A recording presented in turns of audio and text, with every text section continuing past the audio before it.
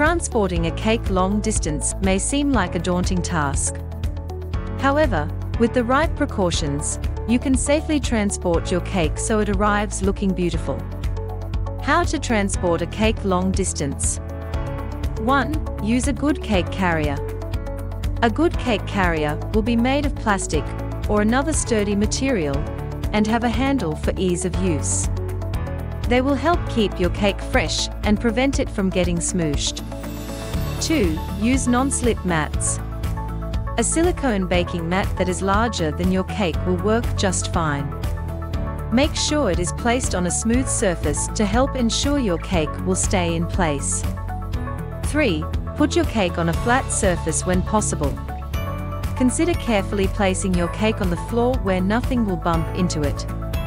You can also place your cake in the trunk, with cushioning around it to help further prevent any sliding or anything from sliding into it.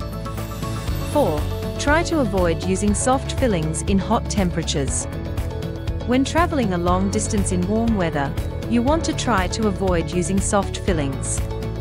In addition, you want to avoid using cream cheese filling or frosting and whipped cream frosting. Buttercream frosting is often your best bet in warm weather, as it can withstand the heat better. 5. Use supports for cakes with multiple tiers. Adding in supports, such as dowels, will help the cake stay in place when driving on any hilly or curvy roads. In addition, the supports will help the bottom tiers from sinking due to weight. 6. Consider freezing your cake in warm weather.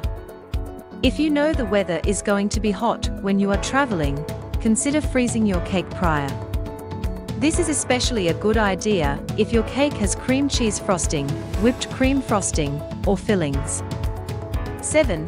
Consider assembling your cake once you arrive at your destination. If you have the time when you arrive, assembling and frosting the cake once you get there may be your best choice. If you like this video, don't forget to like and subscribe.